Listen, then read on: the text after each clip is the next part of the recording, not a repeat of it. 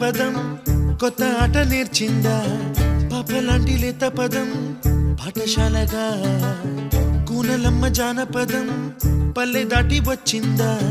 చవళిల జానతనం పాట చూపగా కుంచెలో దాగే చిత్రాలు ఎదురొచ్చేలా అంతటా